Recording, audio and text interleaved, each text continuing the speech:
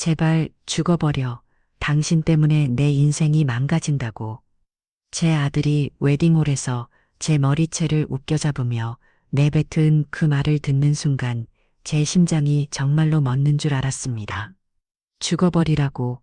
30년 전 새 사백이 지훈이가 고열로 끊고 걸릴 때 밤새 간병하며 엄마가 대신 아파줄게 라고 했던 게 엊그저께 같은데 이제는 그 엄마에게 죽어달라고 소리치고 있었습니다. 수백 명의 하객들이 휴대폰을 들어 이 장면을 찍고 있었고 신부와 그 가족들은 만족스러운 미소를 지으며 지켜보고 있었습니다. 마치 오래전부터 기다려온 순간이라는 뜻이 말입니다. 웨딩홀의 모든 소음이 한순간에 멈췄습니다. 시황들이의 찬란한 불빛도 화려한 꽃장식도 그 모든 것들이 저와는 다른 세상의 것들처럼 느껴졌습니다. 사연 시작 전에 무료로 할 수 있는 구독과 좋아요를 눌러주시면 제게 큰 힘이 됩니다. 제 이름은 박미숙 올해 65입니다. 이 이야기는 그날 제 아들이 결혼한다고 말했던 그 평범한 저녁부터 시작됩니다. 반찬 가게 문을 닫고 집으로 돌아온 저는 늘 그랬듯 지훈이를 위해 저녁을 준비하고 있었습니다. 30년간 변하지 않은 일상이었죠. 남편을 일찍 여의고 홀로 키운 아들 지훈이가 제 삶의 전부였으니까요. 그날따라 지훈이가 일찍 들어왔습니다. 평소보다 1시간은 빠른 시간이었어요. 어머니 말씀을 드릴 게 있어요. 지훈이의 목소리가 평소와 달랐습니다. 뭔가 중요한 일이 있을 때 나오는 그런 신중한 톤이었어요. 그래, 뭔데 밥부터 먹고 이야기하자. 아니에요.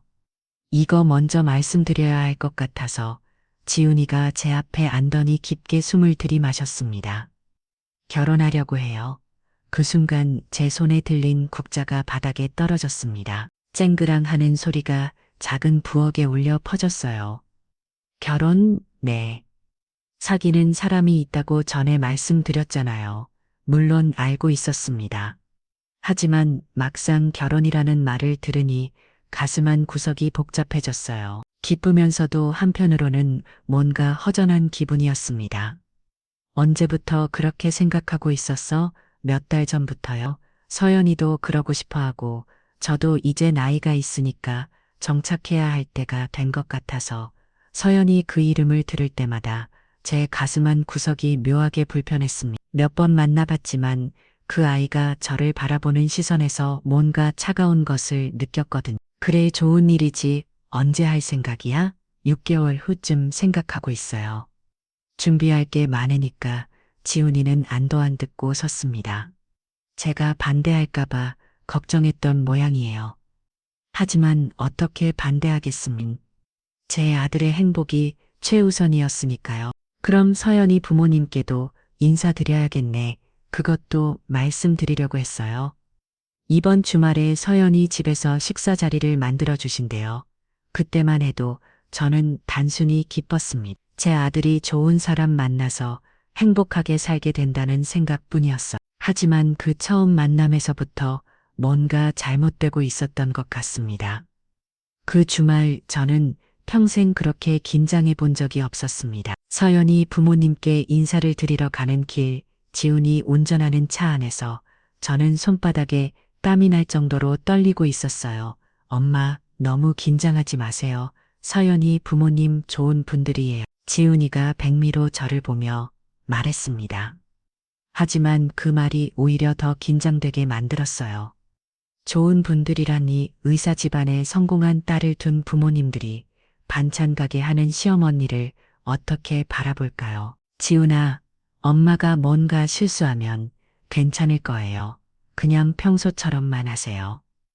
평소처럼 일하니 제 평소 모습이 과연 그분들께 어울릴까요?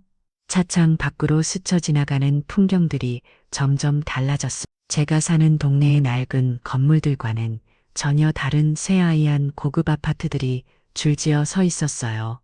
여기가 서연이 집이에요. 차가 멈춘 곳은 제가 상상했던 것보다도 더 화려한 아파트 단지였습니다. 경비원이 정중하게 인사를 건네고 로비는 호텔처럼 반짝반짝 빛나고 있었어요. 엘리베이터를 타고 올라가는 동안 제 심장이 터질 것 같았습니다. 어머니 오셨군요. 문을 연 서연이가 저를 보는 첫 번째 표정을 저는 지금도 잊을 수가 미소를 짓고 있었지만 그 눈빛에는 뭔가 차가운 것이 서려 있었어요. 마치 반갑지 않은 손님을 맞는 것 같은 억지스러운 미소였습니다.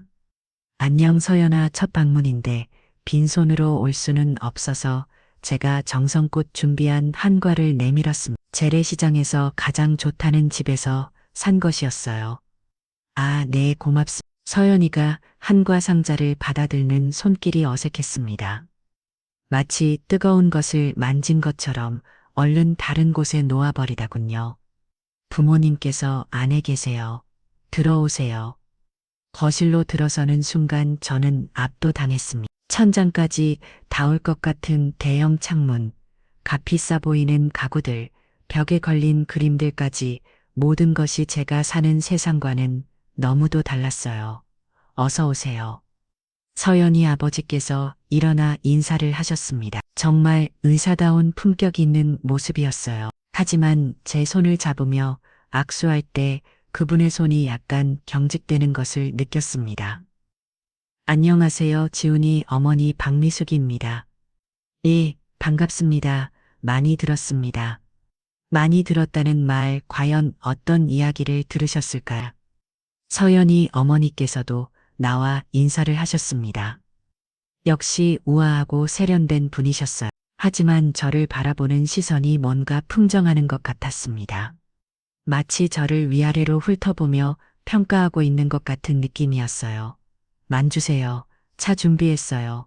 서연이가 준비한 차는 제가 평생 마셔본 적 없는 고급 차였습니다. 차진도 얇고 우아해서 깨뜨릴까봐 조심스럽게 들어야 했어요. 지훈 씨, 어머님께서는 어떤 일을 하고 계신지요? 서연이 아버지의 질문이 떨어졌습니다. 예상했던 질문이었지만 막상 대답하려니 목이 메웠어요. 작은 반찬 가게를 하고 있습니다. 아, 그러시군요. 그 한마디 뒤로 이상한 침묵이 흘렀습니다. 서연이 부모님께서 서로 눈빛을 주고받는 것이 보였어요. 힘드시겠어요. 요즘 장사가 쉽지 않다던데 서연이 어머니의 말에는 위로가 아닌 동정이 섞여 있었습니다. 아니, 지훈이 덕분에 큰 걱정 없이 살고 있어요.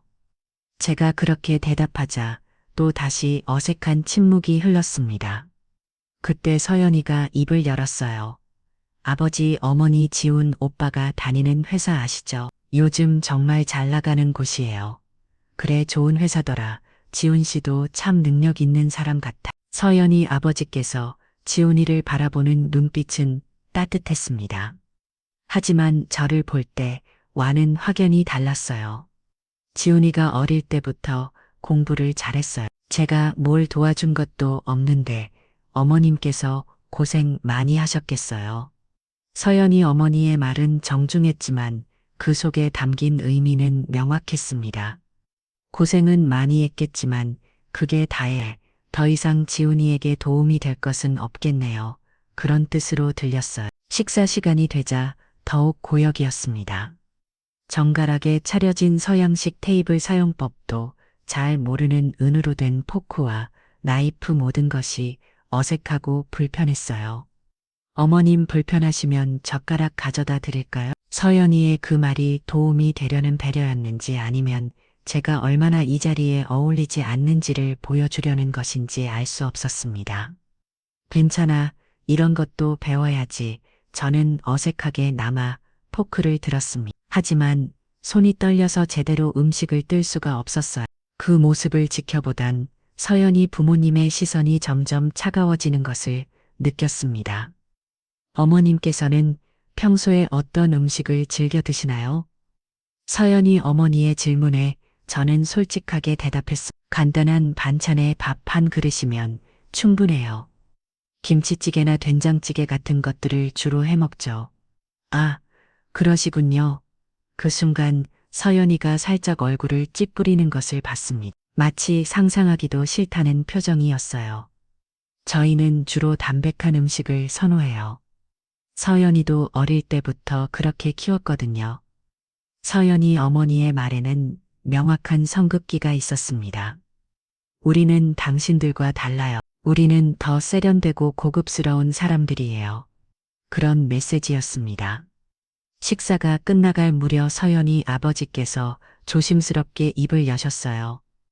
혹시 결혼 준비 관련해서 어머님께서 특별히 원하시는 것이 있으신지요? 아니에요. 젊은 사람들이 좋아하는 대조. 저는 잘 모르니까 그렇게 해주시면 고맙겠어요. 요즘 결혼식이 예전과 많이 달라져서 전통적인 방식보다는 모델한 스타일로 하려고 하거든요. 전통적인 방식. 그 말 속에 제가 끼어들 자리는 없다는 뜻이 담겨 있었습니다. 물론이죠. 저는 지훈이와 서연이가 행복하기만 하면 돼요. 정말 좋으신 어머님이네요. 서연이 어머니의 칭찬은 따뜻했지만 왠지 모르게 공허하게 들렸어요. 집으로 돌아가는 차 안에서 지훈이가 물었습니다. 어떠셨어요? 서연이 부모님들 좋은 분들이시더라. 거짓말이었습니다. 좋은 분들이긴 했어요. 하지만 저와는 너무도 다른 세상의 사람들이었습니다. 그리고 그분들의 눈에 저는 아들에게 걸림돌이 될 수도 있는 존재로 비춰지고 있다는 것을 느꼈어요. 다행이네요. 서연이도 어머니를 좋아하는 것 같던데 지훈이의 말을 들으며 저는 씁쓸한 웃음을 지었습니다. 좋아한다고요? 그 아이가 저를 바라보는 눈빛은 좋아함과는 거리가 멀었어요. 오히려 어떻게 하면 저를 이 결혼에서 최대한 멀리 떨어뜨릴 수 있을지 고민하는 것 같았습니다. 그날 밤 잠자리에 들면서 저는 이상한 불안감에 휩싸였습니다. 뭔가 잘못되고 있다는 느낌, 제가 이 결혼에서 점점 소외되고 있다는 느낌. 하지만 그때는 그것이 단순한 기우일 거라고 생각했어요. 설마 제 친아들이 그리고 며느리 이가 될 아이가 저를 완전히 배제하려 할 거라고는 상상도 못했으니까요. 그것이 제 두 번째 착각이었습니다. 진짜 악몽은 이제 막 시작된 것이었으니까요. 그 첫 만남 이후로 결혼 준비가 본격적으로 시작되었습니다. 하지만 저는 철저히 바뀌었어요. 엄마, 오늘 웨딩을 보러 가요. 지훈이가 말했을 때 저는 당연히 함께 갈 거라고 생각했습니다. 그래, 몇 시에 출발하면 돼? 아, 엄마는 안 가셔도 될 것 같은데요. 서연이랑 장모님, 그리고 저만 가기로 했거든요. 그 순간 가슴이 덜컥 내려앉았습니다. 왜, 엄마도 가야 하는 거 아니야? 엄마가 가시면 의견이 너무 많아져서 복잡해질 수도 있고, 서연이 쪽에서 먼저 보고 추린 다음에 나중에 엄마께 보여드릴게요. 의견이 많아진다고요? 저는 한 번도 결혼 준비에 대해 의견을 낸 적이 없는데 무슨 의견이 많다는 걸까요? 그냥 구경만 하고 있을게. 괜찮아? 엄마 정말 괜찮을 거예요. 저희가 알아서 잘할 테니까 걱정 마세요. 그렇게 저는 제 아들의 웨딩을 선택해서 배제되었습니다. 며칠 후 지훈이가 웨딩을 사진들을 보여주었어요. 어때요? 여기로 정했어요. 사진 속의 웨딩을 정말 화려했습니다. 마치 궁전 같았어요. 샹들리에 대리석 기둥, 붉은 카페, 모든 것이 제가 상상했던 것보다 훨씬 웅장하고 럭셔리했습니다. 예쁘구나. 얼마나 하는데. 그건 저희가 알아서 할게요. 엄마가 뭘 도와줄 수 있는 건 없어. 지훈이가 잠시 망설이더니 말했습니다. 엄마 솔직히 말씀을 드릴게. 서연이 부모님께서 전통적인 예식보다는 서구식으로 하고 싶어 하세요. 좀 더 모델하고 세련되게요. 그래서 그게 엄마랑 무슨 상관이야? 혹시 엄마께서 전통 방식을 고집하시면 어쩌나 했어요. 전통 방식을 고집한다고요?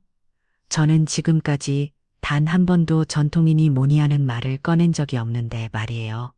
지훈아, 엄마가 언제 그런 말 했어? 너희가 좋아하는 대로 하라고 했잖아. 네, 알아요. 그런데 서연이가 좀 걱정을 했어요. 서연이가 걱정을 한다고요. 제가 뭘 어떻게 해서 그 아이가 걱정을 하게 된 걸까요? 뭘 걱정한다는 거야? 그냥 세대 차이 때문에 생기는 오해들이요. 엄마 세대와 저희 세대가 결혼에 대한 생각이 다르니까. 그 순간 저는 깨달았습니다. 제가 문제가 아니라 제 존재 자체가 문제라는 것을 나이 많은 시어머니, 촌스러운 시어머니, 분위기 파악 못하는 시어머니, 그들 눈에 저는 그런 존재였던 거예요. 알겠어, 엄마는 그냥 하기 그로만 갈게. 엄마 괜찮아. 정말 괜찮아. 너희가 행복하게 결혼하는 게 제일 중요하지. 하지만 괜찮지 않았습니다. 전혀 괜찮지 않았어요. 그 다음은 드레스 선택이었습니다. 엄마 서연이 드레스 고르러 가는데 엄마도 뭐 입을 거 정해야겠죠. 그래, 뭘 입으면 될까? 너무 화려하지 않은 걸로 하세요. 신부보다 눈에 띄면 안 되니까. 신부보다 눈에 띈다고요. 반찬 가게 하는 65세 늙은 여자가 20대 신부보다 눈에 띌 일이 있을까요? 무슨 색이 좋을까? 검은색이나 네이비 정도. 너무 밝은 색은 피해주세요. 알겠어. 저는 동네 예복대여 점에 갔습니다. 거기서 가장 무난해 보이는 검은색 정장을 골랐어요. 그런데 사장님이 말씀하시더군요. 어머님, 이것보다는 이쪽이 어떠세요? 좀 더 화사하고 예쁠 것 같은. 사장님이 권해준 옷은 진한 자주색에 예쁜 레이스 장식이 있는 드레스였어요. 예쁘긴 한데 너무 눈에 띄지 않을까? 아니, 신랑 어머니니까 이 정도는 입으셔야죠. 너무 수소하면 오히려 이상해요. 그 말에 마음이 흔들렸어요. 정말 예쁜 옷이었거든요. 오랜만에 제 자신을 위한 옷을 고르는 것 같아서 기분도 좋았고요. 그럼 이걸로 할게요. 집에 돌아와서 지훈이에게 보여줬더니 엄마, 이건 좀 화려한 것 같은데요. 화려해 그냥 무난한 정장인데 색깔이 너무 진해요. 그리고 이 레이스도 지훈이의 표정이 영 못마땅해 보였어요. 다른 걸로 바꿀까? 그게 좋을 것 같아요. 서연이도 심플한 걸 좋아하거든요. 서연이가 좋아한다고요? 제가 입으로써 서연이가 왜 좋아하고 말고 해야죠. 하지만 저는 다시 가서 가장 수수한 검은색 정장으로 바꿔왔습니다. 지훈이가 그것을 보고 나서야 만족스러워했어요. 이게 훨씬 좋네요. 단정하고 단정하다는 말이 칭찬인지 모르겠지만 적어도 트집은 잡히지 않을 것 같았어요. 그러던 어느 날 지훈이가 이상한 제안을 했습니다. 엄마 혹시 결혼식 때 머리 좀 단정하게 하시면 안 될까요? 머리가 어때서 너무 아줌마 파마 같아서요. 아줌마 파마라고요? 저는 평생 이 머리 스타일로 살았는데 그게 그렇게 이상한가요? 그럼 어떻게 하라는 거야? 미용실에서 좀 더 세련되게 해달라고 하시면 될 것 같은데요. 돈이 얼마나 드는데 제가 낼게요. 서연이가 아는 미용실이 있다고 하더라고요. 그 아이가 제 머리까지 신경 쓰고 있다는 말이군요. 꼭 해야 해. 엄마를 위해서라도 사진도 많이 찍힐 텐데 좀 더 예쁘게 하시는 게 좋지 않을까요? 사진을 많이 찍힐 거라고 했지만 지금까지의 상황을 보면 저는 사진에서도 최대한 빠질 것 같았습니다. 하지만 아들이 그렇게 부탁하니 거절할 수도 없었어요. 알겠어. 해볼게. 서연이가 알려준 미용실에 갔을 때 저는 또 한 번 충격을 받았습니다. 그것은 제가 평생 가본 미용실과는 차원이 달랐어요. 마치 호텔 로비 같은 인테리어, 클래식 음악이 은은하게 흘러나오고 직원들은 모두 검은 유니폼을 입고 있었어요. 어서 오세요. 서연님께서 연락 주셨죠. 직원이 저를 보는 눈빛이 좀 이상했어요. 마치 이런 곳에 왜 오셨지 하는 표정이었습니다.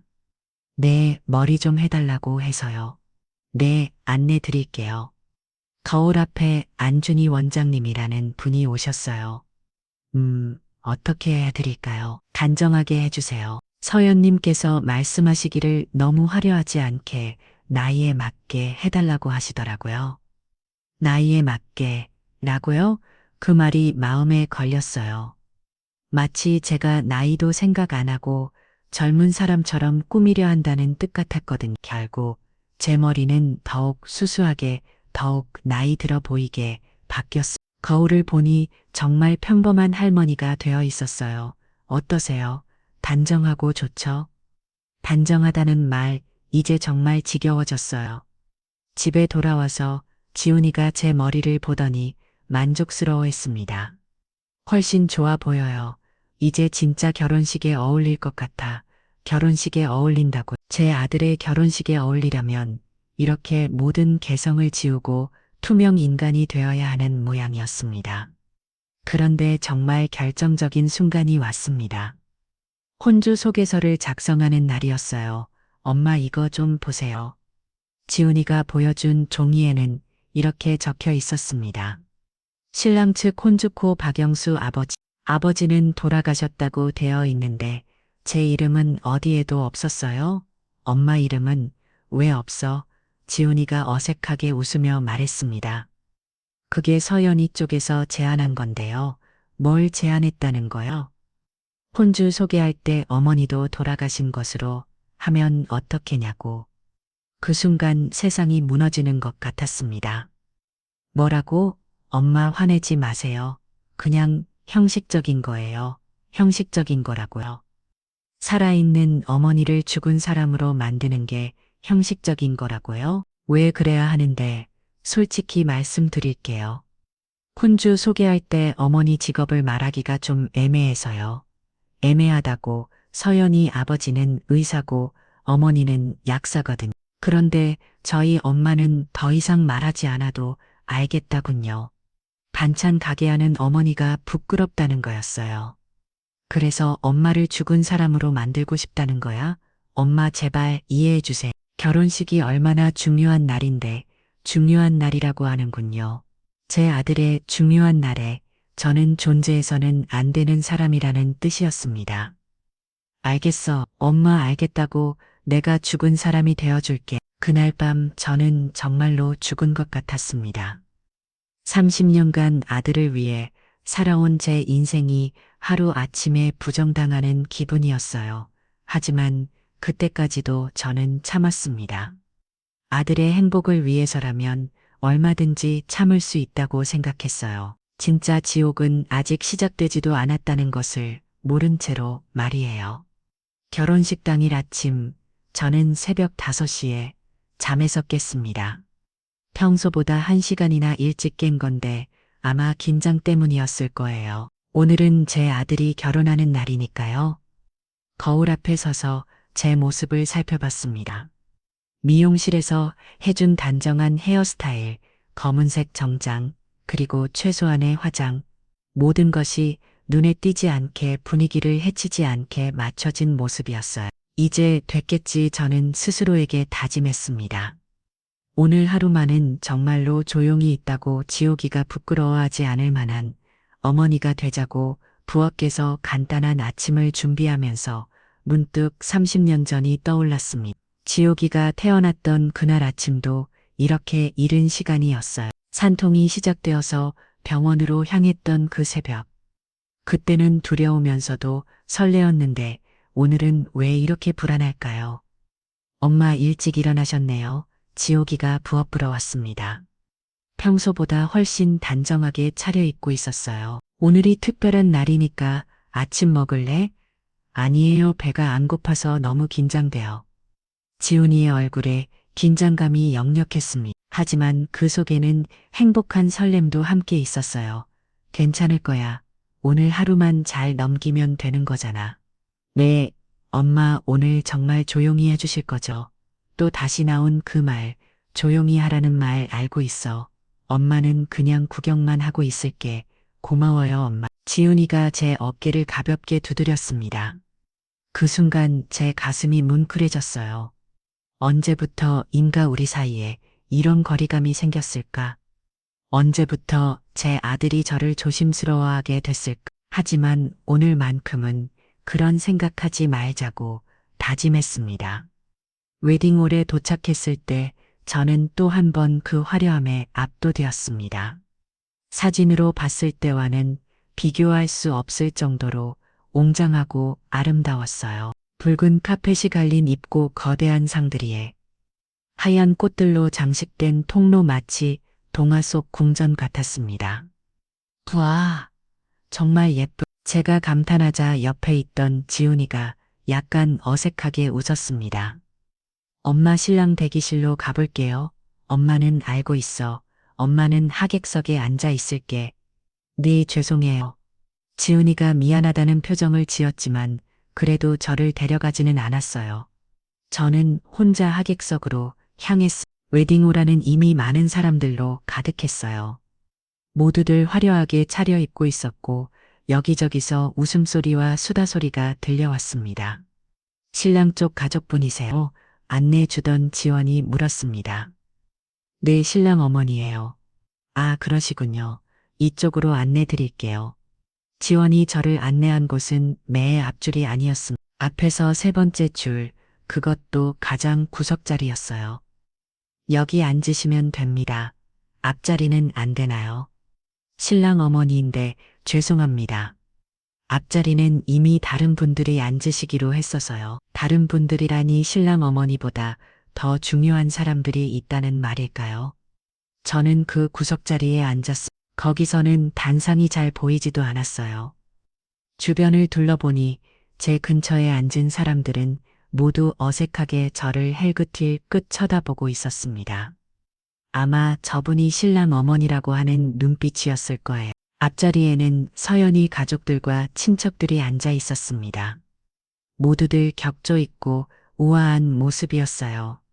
그리고 신랑 쪽 앞자리에는 지원이 회사 사람들이 앉아 있었습니다. 제 자리는 없었어요. 제 친아들의 결혼식에서 제 자리는 어디에도 없었습니다. 식이 시작되었습니다. 웅장한 음악이 울려 퍼지고 하객들이 모두 일어났어요. 지원이가 입장했습니다. 제 아들이 정말 멋있었어요. 까만 펑시도를 입고 꽃을 가슴에 달고 환하게 웃으며 걸어오는 모습이 마치 영화 속 주인공 같았습니다. 그 순간만큼은 정말 자랑스러웠어요. 내가 키운 아들이 저렇게 멋진 남자가 되었구나. 눈물이 핑 돌았습니다. 이어서 서연이가 입장했어요. 하얀 드레스를 입은 모습이 정말 아름다웠습니다. 마치 천사 같았어요. 우리 지원이한테는 저런 예쁜 아가씨가 어울리지. 그렇게 생각하니 마음이 뿌듯했습니다. 혼주 소개가 시작되었어요. 신부 측 혼주를 소개해드리겠습니다. 아버님은 서울대학교 의과대학을 졸업하시고 현재 서울성모병원 외과 과장으로 재직 중이신 이중민 박사님입니다. 박수가 터져 나왔습니다. 어머님은 서울대학교 약학대학을 졸업하시고 현재 강남에서 약국을 운영하고 계신 김영애 약사님입니다. 또다시 큰 박수가 이어졌어요. 이제 신랑 측 차례였습니다. 신랑 측 혼주를 소개해드리겠습니다. 아버님은 고 박영수님으로 아버지 소개가 끝났습니다. 그런데 제 소개는 없었어요. 신랑 박지훈 씨는 바로 지원이 속으로 넘어가 버렸습니다. 저는 정말로 죽은 사람이 되어 있었어요. 하객들 중 일부가 수군거리기 시작했습니다. 신랑 어머니는 어디 계시지? 돌아가셨나 봐. 아, 그래서 소기가 없었구나. 저는 그 자리에 앉아서 제 자신이 유령이 된 기분을 느꼈습니다. 살아있지만 죽은 사람 취급을 받는 기분이었어요. 예식이 진행되는 동안 저는 계속 뒤쪽 구석에서 지켜만 봤습니다. 지원이와 서연이가 서로 반지를 끼워주고 키스를 하고 서로를 바라보며 웃는 모습을 정말 행복해 보였어요. 그 모습을 보니 마음 한 구석이 따뜻해졌습니다. 그래, 이것만으로도 충분해. 우리 아들이 행복하면 그걸로 된 거야. 그렇게 스스로를 달래고 있었어요. 예식이 끝나고 기념 촬영 시간이 되었습니다. 가족 사진 촬영하겠습니다. 사진사가 소리쳤고 양가 가족들이 신랑 신부 양 옆으로 모여들었어요. 저도 자연스럽게 일어나서 앞으로 가려고 했습니다. 그때였어요. 어머님 서연이가 저를 불렀습니다. 네, 가족 사진이니까 빠져주시겠어요? 그 말이 제 귀에 들어온 순간 머리가 하얘졌습니다. 뭐라고 가족 사진 촬영인데 어머님이 들어가시면 나도 지원이 가족이야. 제 목소리가 떨리고 있었어요. 주변 하객들이 우리를 쳐다보기 시작했습니다. 어머님 제발 분위기 파악 좀 해주세요. 서연이의 목소리가 점점 날카로워졌어요. 분위기 파악이라니 그때 지훈이가 다가왔습니다. 제 아들이 저를 도와줄 거라고 생각했어요. 하지만 엄마 지훈이의 목소리는 차가웠습니다. 오늘 하루만이라도 조용히 해줘, 조용히 하라고, 또 조용히 하라고. 지훈아, 엄마도 가족이잖아. 엄마 제발 좀. 지훈이의 목소리에 짜증이 섞여 있었어요. 뭘 제발 왜 이렇게 고집을 부리세요?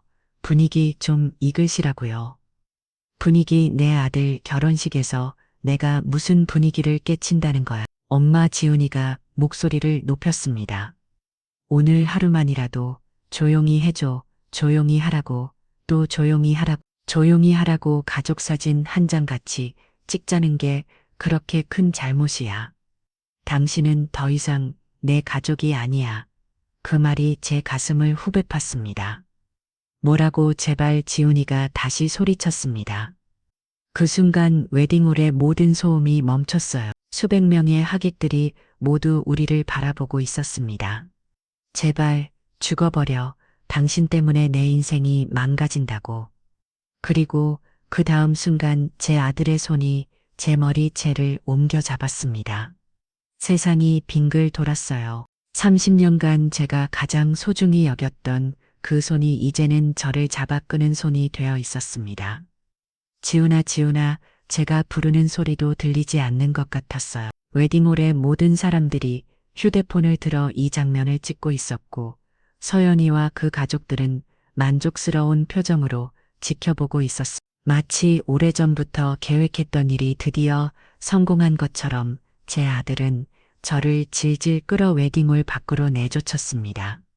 광 무거운 문이 닫히는 소리와 함께 저는 차가운 밖의 공기를 맞았어요. 웨딩홀 안에서는 다시 음악이 흘러나오고 있었습니다. 마치 아무 일도 없었다는 듯이, 제가 없어도 아무 상관없다는 듯이 저는 그 자리에 주저앉았습니다. 손으로 머리를 만져보니 머리카락 몇 가닥이 뽑혀 나와 있었어요. 제 아들이 뽑은 제 머리카락이었습니다. 그 순간 30년간 제 가슴에서 끓어오르던 모든 사랑이 얼음장처럼 차가워지는 것을 느꼈습니다. 눈물이 흘러야 할 자리에 차가운 분노가 자리 잡았어요. 좋아, 지훈아. 내가 원하는 대로 해줄게. 엄마는 정말로 죽어줄게. 대신 너희도 함께 죽어야 할 거야. 그날 그 웨딩홀 앞에서 박미숙은 정말로 죽었습니다. 그리고 그 자리에서 태어난 것은 복수의 화신이었습니다. 웨딩홀 앞에서 일어난 그 일 이후 저는 집으로 돌아와 하루 종일 움직이지 못했습니다. 소파에 그대로 앉아서 천장만 바라보고 있었어요. 머리에서는 뽑힌 머리카락이 아직도 욕심거렸고 가슴에는 말로 표현할 수 없는 공허함이 자리 잡고 있었습니다. 밤이 되어서야 저는 처음으로 움직였어요. 부엌으로 가서 찬물을 한 컵 마셨습니다. 그제야 정신이 조금 돌아오는 것 같았어요. 거울을 보니 제 모습이 낯설었습니다. 눈은 충혈되어 있고 얼굴은 창백하고 머리는 헝클어져 있었어요. 마치 다른 사람 같았습니다. 정말로 박미숙은 죽었구나. 그렇게 생각하니 오히려 마음이 차분해졌어요. 30년간 아들만 바라보고 살았던 그 여자는 정말로 죽었습니다. 이제 태어날 사람은 완전히 다른 존재였어요. 저는 안방으로 가서 옷장 깊숙한 곳에서 낡은 서류 봉투를 꺼냈습니다. 30년 전 남편이 남긴 그 작은 땅 문서, 그리고 그 땅이 재개발되면서 받은 거에게 보상금으로 산 부동산들의 서류. 모든 것이 지훈이 명의로 되어 있었지만 실제 소유권은 저에게 있었어요. 변호사 조용호 씨와 함께 만든 신탁계약서가 그것을 증명하고 있었습니다. 아들을 위해 모든 것을 아들 이름으로 해뒀지만 언제든지 회수할 수 있도록 법적 장치를 해둔 것이었어요. 만약에 상황을 대비해서 말입니다. 그때는 이런 상황이 올 거라고는 꿈에도 생각하지 못했지만요. 지훈이가 살고 있는 아파트, 지훈이가 다니는 회사가 입주한 빌딩, 서연이 집안이 운영하는 병원이 있는 건물. 모든 것이 제 소유였습니다. 제 손에 들린 서류들을 보며 저는 차가운 미소를 지었어요. 이제 시작이야, 지훈. 다음 날 아침, 저는 평소보다 일찍 일어나 깔끔하게 옷을 차려입었습니다. 반찬 가게 흐물하는 판말을 붙이고 조용호 변호사 사무실로 향했어요. 조 변호사는 남편의 오랜 친구였고 30년간 제 재산 관리를 도와준 분이었습니다. 미숙 씨, 어떤 일로 이렇게 갑자기 조 변호사가 제 얼굴을 보더니 놀란 별정을 지었어요. 얼굴이 많이 안 좋아 보이는데 무슨 일 있었어요? 저는 어제 있었던 일을 차근차근 말씀드렸습니다. 웨딩홀에서 벌어진 그 모든 일들을, 제 아들이 제게 한 모든 말들을. 조 변호사의 얼굴이 점점 굳어졌어요. 그런 일이 어떻게 자식이 어미에게 그럴 수가 있지? 조 변호사님, 부탁이 있어요. 무슨 부탁인데요? 지훈이 명의로 되어 있는 모든 재산, 즉시 회수하고 싶어요. 조 변호사가 깜짝 놀라며 저를 바라봤습니다. 미숙 씨, 그건 신중하게 생각해 봐야 할 문제 아닌가요? 아무리 그래도 자식인데, 제 자식은 어제 죽었어요. 제 목소리는 놀랍도록 차분했습니다. 이제부터 김지훈은 저에게 남이에요. 그러니까 남이 제 재산을 불법으로 점유하고 있는 셈이죠. 조 변호사가 한참을 말없이 저를 바라보더니 무겁게 한숨을 쉬었어요. 정말로 그렇게 하시겠다는 거예요? 네, 지금 당장 시작해 주세요. 법적으로는 문제 없어요. 모든 증거와 서류가 다 있으니까. 하지만 뭐요? 지훈이가 하루아침에 모든 걸 잃게 될 텐데 그게 제가 원하는 거예요. 조 변호사는 더 이상 말리지 않았습니다. 제 눈빛에서 단호한 결심을 이겼을 거예요. 알겠습니다. 오늘 오후부터 바로 절차를 시작하죠. 그날 오후부터 보이지 않는 톱니바퀴가 돌기 시작했습니다. 먼저 지훈이가 살고 있는 아파트부터였어요. 긴급 매각 통보입니다. 소유주 변경으로 인해 현 거주자는 일주일 사퇴고에 주시기 바랍니다. 부동산 중개업소를 통해 공식 통보가 날아갔어요. 그 다음은 지훈이 회사가 입주한 빌딩이었습니다. 임대료 500% 인상 통보, 새로운 건물주의 결정에 따라 내달부터 적용됩니다. 현실적으로 불가능한 금액이었어요. 회사에서 받아들일 수 없는 조건이었죠. 마지막으로 서연이 집안에 병원이 있는 건물, 임대차 계약 해지 통보, 건물 리모델링으로 인해 3일 내에 이전해 주시기 바랍니다. 모든 통보는 동시에 날아갔어요. 저는 집에서 차분히 기다렸습니다. 지훈이가 전화를 걸어올 때까지 말이에요. 첫 번째 전화는 그날 저녁에 왔습니다. 엄마, 이게 무슨 일이에요? 지훈이의 목소리는 당황스러워하고 있었어요. 무슨 일이 제 목소리는 담담했습니다. 아파트에서 퇴고하라는 통보가 왔어요. 소유주가 바뀌었다고. 아, 그거 내가 팔았어. 뭐라고요? 내 아파트니까 내가 팔았지. 뭐가 이상해? 엄마 아파트요? 그게 무슨 말씀이세요? 지훈아, 그 아파트 돈 누가 냈는지 기억 안 나. 전화 너머로 침묵이 흘렀어요. 설마 엄마가 그래, 내 돈으로 산 내 집이야. 내 명의로 해뒀을 뿐이지. 그럼 제가 어디서 살아요? 그건 내가 알아서 해야 할 일이야. 나와는 상관없는 일이고. 엄마. 지훈이가 소리쳤지만 저는 전화를 끊어버렸어요. 두 번째 전화는 다음 날 아침에 왔습니다. 엄마, 회사에서 큰일 났어요. 지훈이의 목소리가 다급했어요. 무슨 일인데? 제가 회사에서 잘렸어요. 잘렸다고. 어제 그 일이 인터넷에 영상이 올라왔대요. 웨딩홀에서 어머니 머리채 잡은 그 장면이. 그 하객들이 찍은 영상이 퍼진 모양이었어요. 그래서 회사에서 도덕성 문제로 해고한다고. 어떻게 직장 상사가 어머니에게 그럴 수 있냐고. 그것도 내가 알아서 해야 할 일이야. 엄마, 제발 도와주세요. 어떻게 해요? 도와달라고. 어제 나한테 죽어버리라고 한 사람이. 세 번째 전화는 그날 오후였어요. 이번에는 서연이 목소리도 함께 들렸습니다. 어머님, 큰일 났어요. 서연이가 울먹이는 소리였어요. 저희 아버지 병원에 환자들이 안 와요. 그 영상 때문에. 무슨 영상? 지훈 오빠가 어머님한테 그렇게 한 영상이 인터넷에 퍼졌어요. 사람들이 저희 가족도 똑같다고 생각하나 봐요. 그래서 예약 취소가 계속 들어오고 병원 문 앞에서 항의하는 사람들도 있고, 어머님, 제발 도와주세요. 저는 피고 썼어요. 도와달라고 어제 가족 사진에서 빼달라고 한 사람들이 전화 너머로 서연이가 흐느끼는 소리가 들렸어요. 어머님, 제발 저희가 뭘 잘못했는지 말씀해 주세요. 사과드릴게요. 사과. 저는 차가운 웃음을 지었어요. 어제 웨딩홀에서 사과할 기회가 있었는데 그때는 왜 안 했지? 그건 지금 와서 사과한다고. 이미 늦었어. 네 번째 전화는 그날 밤 늦게 왔어요. 지훈이와 서연이가 함께 있는 것 같았습니다. 엄마, 제발 다시 생각해 주세요. 뭘 다시 생각해. 저희가 정말 잘못했어요. 어제 그런 일이, 제가 정말 미쳤었나 봐요. 지금 알았어? 엄마, 제발 한 번만 더 기회를 주세요. 정말 후회하고 있어요. 후회? 저는 피고 썼어요. 너는 지금 후회하는 게 아니야. 내가 가진 모든 걸 잃을까봐 두려워하는 거지. 그게 아니에요. 정말로. 지훈아, 제 목소리가 얼음처럼 차가워졌어요.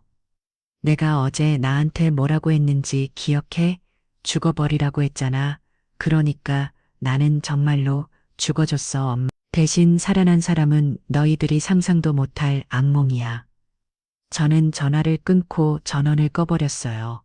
이제 정말로 시작일 뿐이었으니까요. 그날 밤 저는 30년 만에 처음으로 제 자신을 위한 술을 마셨습니다.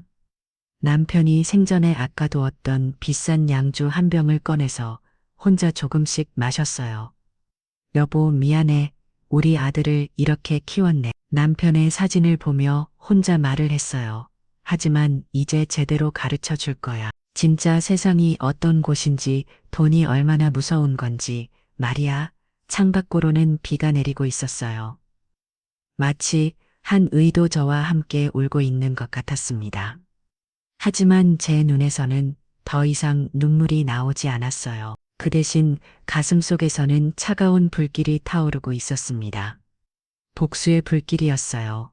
그리고 이것은 단지 시작에 불과했습니다. 진짜 지옥은 이제부터였으니까요. 그 영상이 인터넷에 퍼진 지 일주일이 지났습니다. 저는 평소처럼 반찬 가게를 열고 있었어요. 마치 아무 일도 없었다는 뜻이 말입니다. 하지만 동네 사람들의 시선은 달라져 있었어요.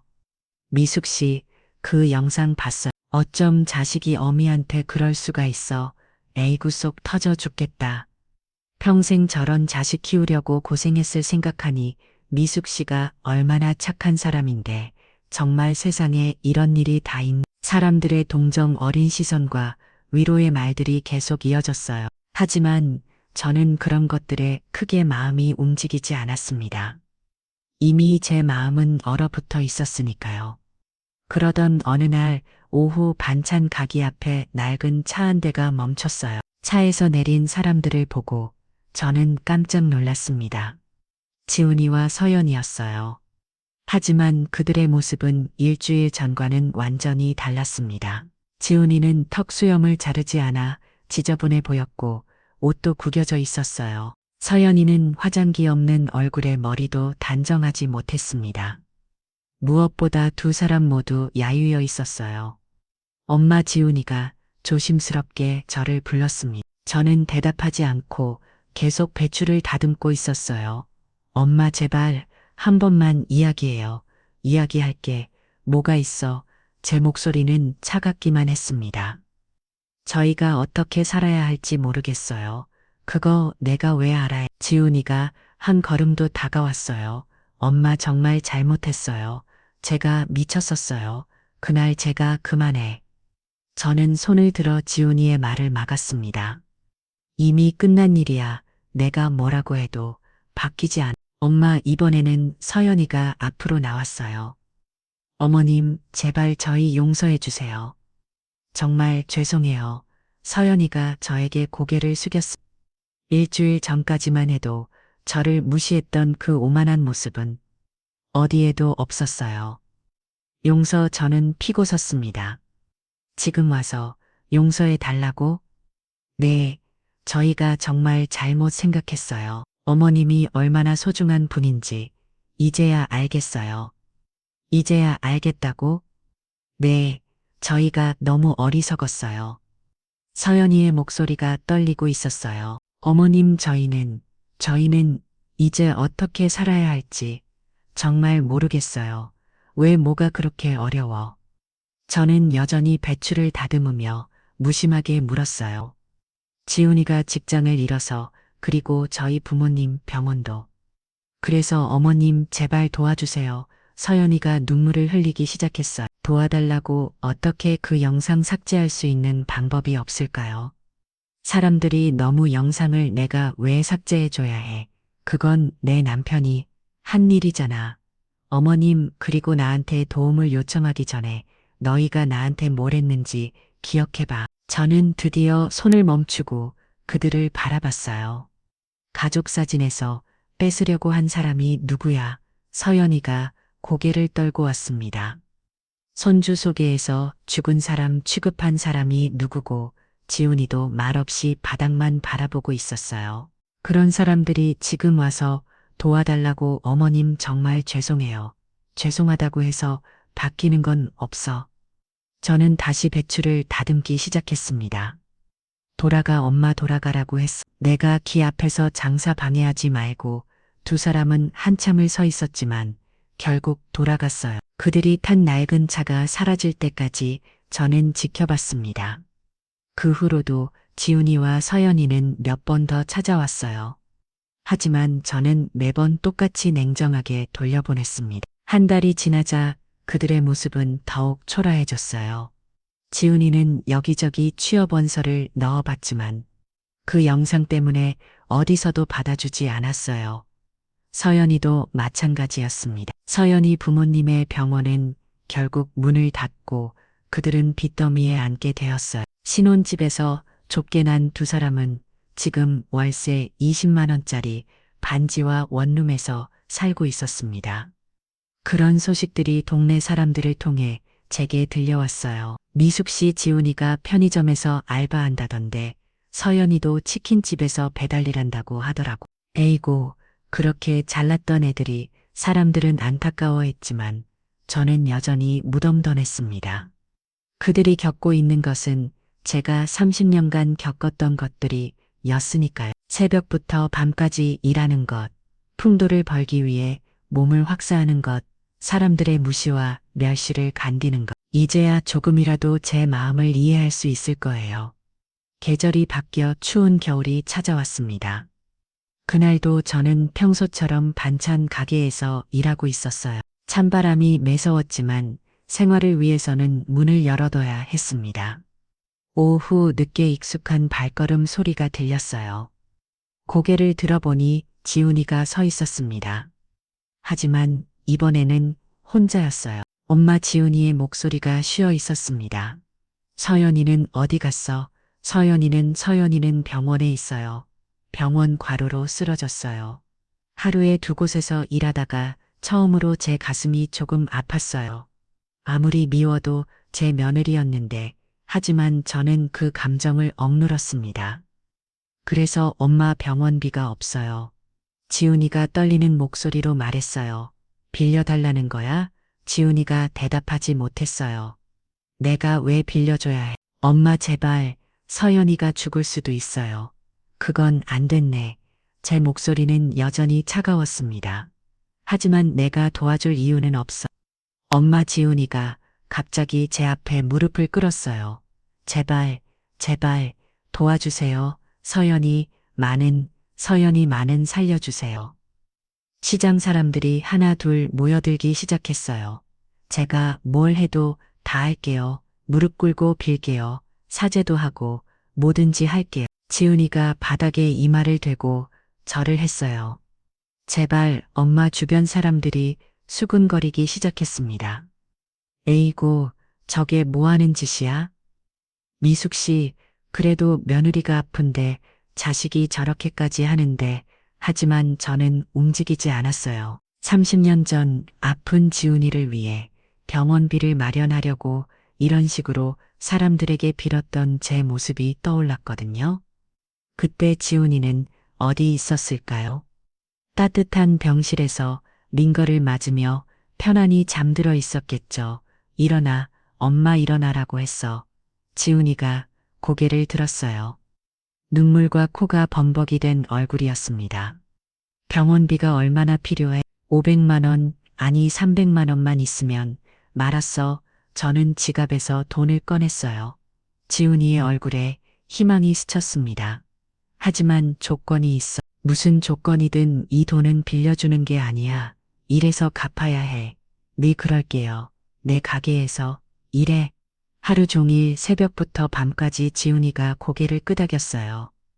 그리고 서연이도 나오면 같이 일해야 해. 네, 마지막으로 이건 돈을 빌려주는 게 아니라 내가 일한댈까요? 절대 공짜로 주는 게 아니라는 걸 명심해. 저는 돈을 지훈이에게 건네주었어요. 고마워요. 엄마, 정말 고마워요. 고맙다는 말은 나중에 해. 일을 제대로 한 다음에 지훈이가 돈을 받아들고 급히 병원으로 향했어요. 그 뒷모습을 보며 저는 생각했습니다.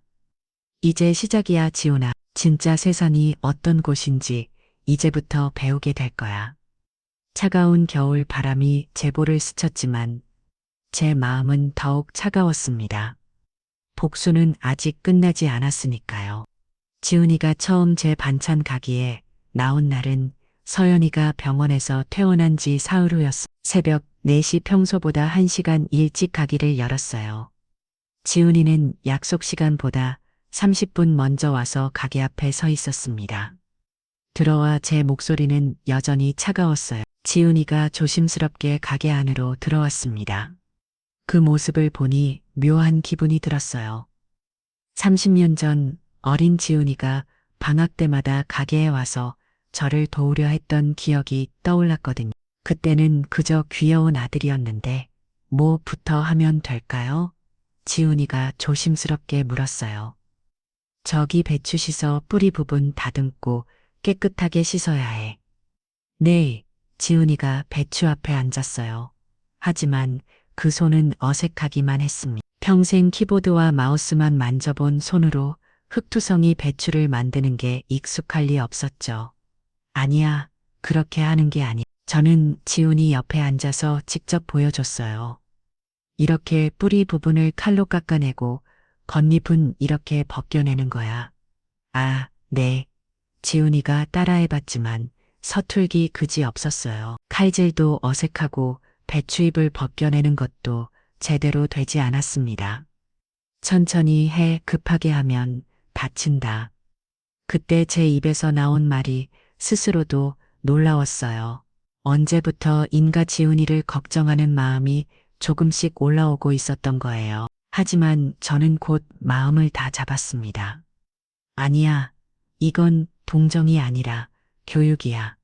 첫날 지훈이는 오전 내내 배추 10포기를 겨우 손질했어요. 평소 제가 30분이면 끝날 일을 3시간 동안 한 셈이었죠. 이제 배추 나르자. 어디로요? 저기 트럭에서 배추 상자들 가게 안으로 옮겨야 해. 트럭에는 20K 주짜리 배추 상자가 30개나 실려 있었어요. 지훈이가 첫 번째 상자를 들어 올리려다가 비틀거렸어요. 무거워요. 무겁지. 그래도 옮겨야지. 이게 다 돈이니까. 지훈이는 온 힘을 다해 상자를 들어 올렸어요. 하지만 몇 걸음 못 가서 바닥에 내려놓고 말았습니다. 못하겠어요. 너무 무거워서. 그럼 혼자 할까? 제 말에 지훈이가 깜짝 놀랐어요. 아니에요. 할게요. 지훈이가 다시 상자를 들어 올렸어요. 이번에는 조금 더 버텼지만 결국 중간에서 내려놓을 수밖에 없었습니다. 한 번에 닿을지 말고 절반씩 나눠서 날라. 절반씩요? 응, 힘에 맞게 하는 거야. 그렇게 지훈이는 한 상자를 2번에 나눠서 나르기 시작했어요. 30개 상자를 다 옮기는데 이 시간이 걸렸습니다. 평소 제가 30분이면 끝낼 일이었어요. 지훈이는 온몸이 땀으로 흠뻑 젖어 있었고 숨을 털덕거리고 있었습니다. 쉬자, 아직 안 끝났는데. 쉬라고 했어. 쓰러지면 누가 책임져. 저는 지훈이에게 물 한 컵을 건네줬어요. 지훈이가 물을 벌컥벌컥 마시는 모습을 보니 어린 시절 운동장에서 뛰어넣고 온 지훈이가 떠올랐어요. 그때도 이렇게 물을 마시게 마셨었죠. 엄마, 왜 이 일을 엄마가 혼자 다 하셨어요? 그럼 30년 동안 지훈이가 말없이 자신의 손을 바라봤어요. 불과 몇 시간 만에 손바닥이 빨갛게 부어 있었고 여기저기 상처도 나 있었습니다. 아프지? 조금 반창고 붙여줄까? 괜찮아요. 지훈이가 고개를 저었어요. 엄마도 이렇게 다치면서 일하셨겠지. 그 말을 듣는 순간 제 가슴이 뭉클해졌어요. 하지만 저는 감정을 숨겼습니다. 그래, 매일 일했어. 내가 좋은 대학 가라고, 좋은 회사 다니라고. 지훈이가 고개를 떨구었어요. 미안해요, 엄마. 미안하다고. 뭐가? 제가 몰랐어요. 엄마가 이렇게 힘들게 일하시는 줄 몰랐다고. 정말 몰랐어? 제 목소리가 조금 날카로워졌어요. 아니면 알기 싫었던 거 아니야? 지훈이가 대답하지 못했어요. 편한 사무실에서 에어컨 틀고 커피 마시면서 일할 때 엄마가 뭐라고 있는지 한 번이라도 생각해 봤어? 겨울에 찬바람 맞으면서 여름에 더위에 쓰러질 것 같으면서도 일해야 하는 엄마 생각은 해봤어? 지훈이의 눈에서 눈물이 흘러내렸어요. 엄마, 정말 미안해요. 미안하다고 해서. 지나간 시간이 돌아와 저는 일어나서 다른 일을 시작했어요. 그만 쉬고 일해. 아직 할 일이 산더미야. 일주일 후 서연이도 합류했어. 병원에서 태어난 지 4월 만이었지만 더 이상 미룰 수 없는 상황이었어요. 어머님, 안녕하세요. 서연이가 조심스럽게 인사했어요. 예전에 그 도도한 모습은 어디에도 없었습니다. 수척해진 얼굴에 초췌한 모습이었어요. 몸은 괜찮아? 네, 괜찮습니다. 그럼 일하자. 지훈이가 하던 대로 따라해. 서연이는 지훈이보다도 더 서툴렀어요. 평생 곱게 자란 손으로 거친 일을 해본 적이 없었으니까. 배추를 씻다가 손을 베이고 상자를 나르다가 넘어지기도 했습니다. 아파요. 서연이가 베인 손가락을 보며 울먹었어요. 반창고 붙여. 서연이가 반창고를 붙이는데 눈물이 똑똑 떨어졌어요. 운다고 상처가 낫는 건 아니야. 죄송해요. 왜 사과해? 아픈 게 잘못은 아니잖아. 제 말에 서연이가 고개를 들었어요. 그냥 제가 너무 약해서 약한 게 죄는 아니야. 하지만 강해져야 하는 건 맞지. 그날 오후 서연이가 갑자기 주저앉았어요. 어머님, 잠깐만 쉬면 안 될까요? 왜? 어디 아파? 다리가 너무 아파요. 서연이는 하루 종일 서서 일하는 게 익숙하지 않았어요. 앉아. 죄송해요. 사과하지 마. 처음엔 다 그래. 저는 서연이 옆에 앉았어요. 서연아, 너 예전에 나한테 뭐라고 했는지 기억해? 서연이의 얼굴이 창백해졌어요. 냄새 난다고 했지. 내가 만든 김치가 어머님, 그때 그 김치도 이렇게 만든 거야. 새벽부터 밤까지 일하고 와서 아픈 다리 끌고 부엌에서 서연이가 고개를 떨고 왔어요. 그리고 가족 사진에서 뺏으려고 했지. 죄송해요. 정말 죄송해요. 미안하다고 하지 마. 그냥 이제부터 달라져. 서연이가 고개를 들어 저를 바라봤어요. 제가 어떻게 하면 될까요? 그냥 일에 성실하게, 그게 다야. 그날 밤 서연이와 지훈이가 집에 돌아간 후 저는 혼자 가기를 정리했어요. 두 사람이 하루 종일 한 일을 보니 평소 제가 하던 일의 절반도 못했다고요. 하지만 그래도 뭔가 달라지고 있다는 느낌이 들었어요. 적어도 두 사람의 눈빛은 예전과 달라져 있었으니까요. 오만하면 대신 겸손함이 무시대신 존중이 자리 잡기 시작한 것 같았어요. 아직 멀었지만 그래도 시작은 했구나. 저는 그렇게 생각하며 가게 문을 닫았습니다. 진짜 교육은 이제부터였으니까요. 한 달이 지나자 두 사람에게 확실한 변화가 보였어요. 지훈이의 손에는 굳은 살이 생겼고 서연이는 이제 하루 종일 써서 일해도 괜찮아졌습니다. 더 중요한 건 마음가짐의 변화였어요. 어머님 이거 어디에 둘까요? 엄마 이 배추는 어떻게 처리하면 될까요? 예전처럼 시키는 이만 하는 게 아니라 스스로 물어보고 배우려 했어요. 엄마, 제가 장 보러 갈까요? 어느 날 지훈이가 먼저 제안했어요. 짱네, 부족한 재료들 사와야 할 것 같은데 혼자 할 수 있어? 네, 이제 뭘 사야 하는지 알 것 같아요. 지훈이가 장을 보러 간 사이 서연이가 저에게 말했어요. 어머님, 제가, 정말 어리석었어요. 갑자기 왜 지훈이가 얼마나 좋은 아들인지 어머님이 얼마나 훌륭한 분인지 이제 알겠어요. 서연이의 목소리에 진심이 담겨 있었어요. 어머님이 없었다면 지훈이는 지금의 지훈이가 될 수 없었을 거예요. 그리고 저도 어머님 덕분에 진짜 중요한 게 뭔지 알게 됐어요. 뭐가 중요한데 가족이요. 서로 아끼고 사랑하는 마음이요. 그 말을 듣는 순간 제 가슴 깊은 곳에서 뭔가 따뜻한 게 올라왔어요. 하지만 저는 여전히 표정을 바꾸지 않았습니다. 말로는 쉽지 행동으로 보여봐. 네, 꼭 보여드릴게요. 그때 지훈이가 돌아왔어요. 엄마 다 사왔어요. 뭘 샀는데 대중후 파악마늘. 그리고 엄마 좋아하시는 호두과자도 샀어요. 호두과자라니 제가 좋아한다는 걸 언제 알았을까요? 돈 얼마나 썼어? 3만 원요. 여기 영수증이에요. 영수증을 보니 정말 꼼꼼하게 계산해서 산 게 보였어요. 잘했네, 정말요? 지훈이의 얼굴에 환한 미소가 떠올랐어요. 마치 어릴 때 제게 칭찬받고 기뻐하던 그 모습과 똑같았습니다. 그 순간 저는 깨달았어요. 제 아들이 돌아오고 있다는 것을. 진짜 제 아들이 말이에요. 그날은 지훈이와 서연이가 결혼한 지 정확히 1년이 되는 날이었습니다.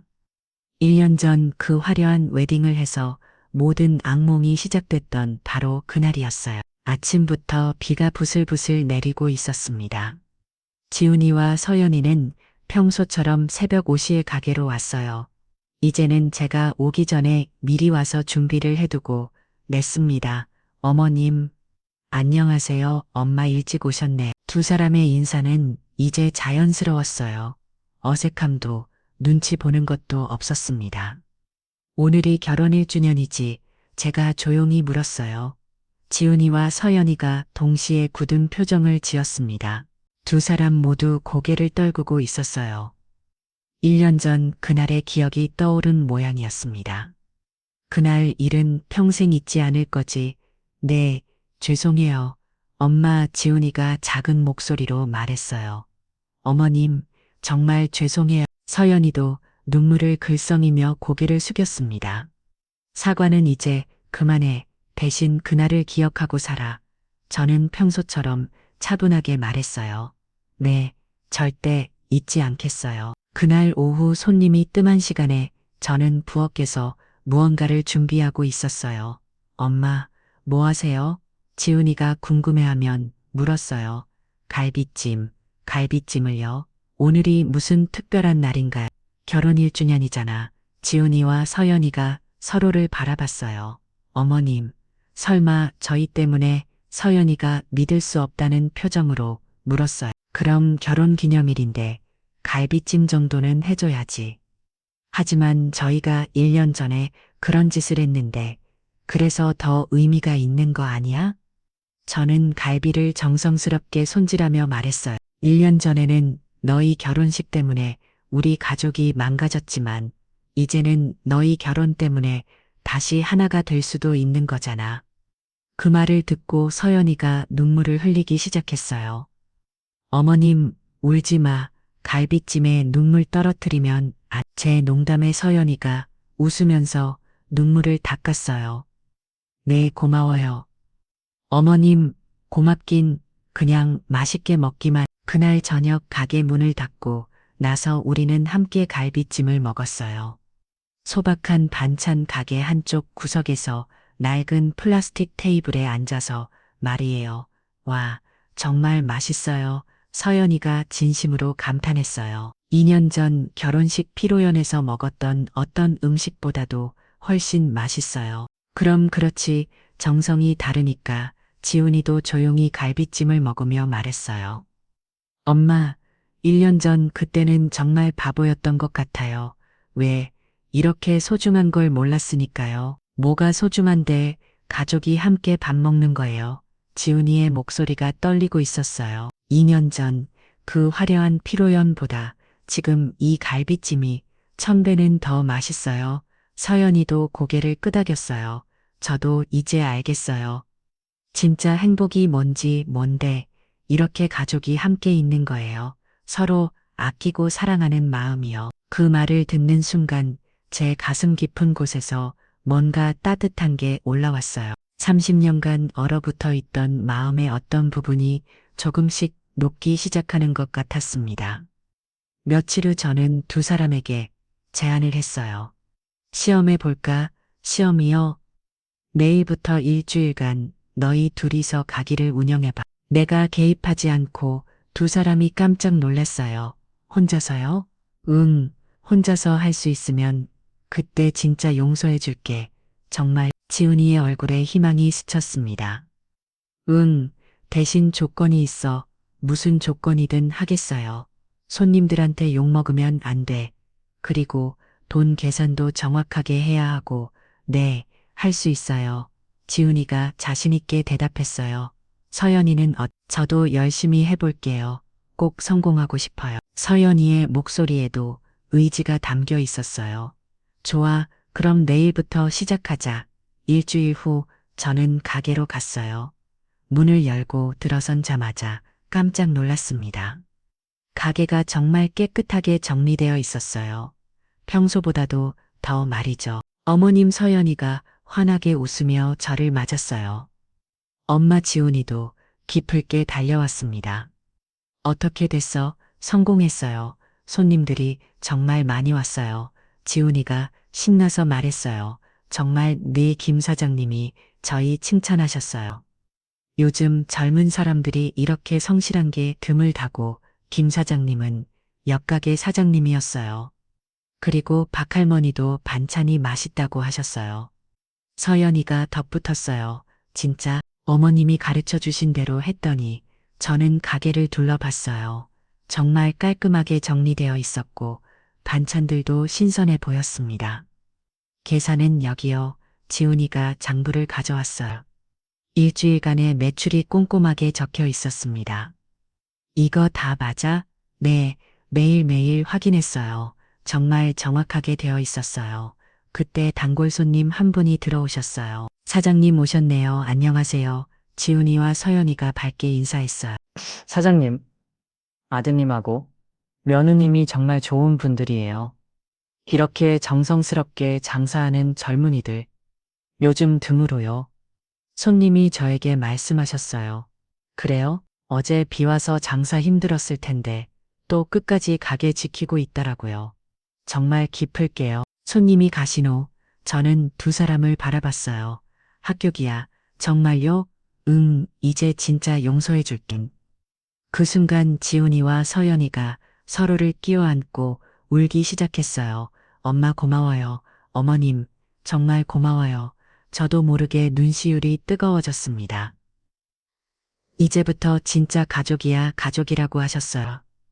서연이가 놀란 표정으로 물었어요. 그럼 너희 이제 진짜 내 가족이야. 그 말을 듣고 두 사람이 동시에 제게 달려와 끼워 앉았어요. 어머님, 엄마 30년 만에 처음으로 저는 진짜 가족의 따뜻함을 느꼈습니다. 그날 밤 세 사람이 함께 앉아 이야기했어요. 이제 뭘 하고 싶어? 제가 물었어요. 사실 생각해 본 게 있어요. 지훈이가 조심스럽게 말했어요. 뭔데 이 가기를 좀 더 크게 만들면 어떨까 해서요. 크게? 어머님 요리가 정말 맛있으니까 더 많은 사람들이 먹을 수 있게. 서연이가 덧붙였어요. 작은 식당을 열면 어떨까요? 어머님 손맛으로 만든 집밥을 파는 식당이요. 저는 저희가 열심히 일해서 모을게. 1년 많이 2년 안에는 꼭 모으겠어요. 저는 그들의 진지한 표정을 봤어요. 정말 달라져 있었습니다. 예전에 그 오만하고 게으른 모습은 어디에도 없었어요. 좋아, 정말요. 응, 해보자. 우리 세 가족이 함께 와. 정말요. 두 사람이 기뻐 날뛰었어요. 그 모습을 보니 저도 마음이 따뜻해졌습니다. 어머니의 밥상이라는 작은 식당이 문을 열었습니다. 20석짜리 작은 공간이었지만 늘 손님들로 가득했어요. 지훈이는 홀에서 손님을 맡고 서연이는 주방에서 저를 도왔습니다. 그리고 저는 제가 제일 잘하는 요리를 했어요. 사장님, 여기 된장찌개 하나 더요. 네, 금방 나갑니다. 지훈이가 활기차게 대답했어요. 어머님, 갈비찜 재료 떨어져 가요. 알았어, 금방 준비할게. 서연이도 열심히 일하고 있었어요. 손님들은 모두 맛있다고 칭찬해 주셨고, 연골 손님들도 많이 생겼습니다. 여기 진짜 집밥 맛이에요. 사장님 가족이 모두 친절하셔서 기분이 좋아져요. 그런 말들을 들을 때마다 정말 뿌듯했어요. 어느 날 저녁 마지막 손님이 가신 후 우리는 함께 저녁을 먹었어요. 엄마 고마워요. 지훈이가 말했어요. 뭐가 고마워? 저희를 다시 받아주셔서, 그리고 진짜 가족이 뭔지 가르쳐 주셔서요. 서연이가 덧붙었어요. 가르쳐 준 게 아니야. 너희가 스스로 깨달은 거지. 저는 미소를 지으며 말했어요. 그리고 나도 고마워, 엄마가요. 왜? 너희 때문에 나도 배웠거든. 뭘 배우셨어요? 진짜 가족은 피로만 이어지는 게 아니라는 것. 저는 두 사람을 바라갔어요. 서로 이해하고 함께 아파하고 함께 일하면서 만들어지는 거라는 것. 그날 밤 집으로 돌아가는 길에 지훈이가 말했어요. 엄마 1년 전 그 일 정말 다행이었던 것 같아요. 다행이라고? 그 일이 없었다면 저희는 계속 모르고 살았을 거예요. 뭘, 진짜 소중한 게 뭔지, 진짜 행복이 뭔지 서연이도 고개를 끄덕였어요. 저도 그래요. 그때는 끔찍했지만 지금 생각해보면 저희에게 꼭 필요한 일이었던 것 같아요. 저는 하늘을 올려다 봤어요. 별이 반짝이고 있었습니다. 여보, 우리 아들 제대로 키웠... 마음속으로 하늘에 계신 남편에게 말했어요. 늦었지만 이제 진짜 가족이 됐어. 그렇게 우리의 진짜 이야기가 시작되었습니다. 복수가 아닌 사랑의 이야기가 말이에요. 1년 전 그 차가운 웨딩홀에서 시작된 악몽은 이제 따뜻한 식당에서의 행복한 꿈으로 바뀌었습니다. 진정한 가족이 무엇인지, 진정한 행복이 무엇인지 꽤 다른 우리 세 사람의 새로운 출발이었어요.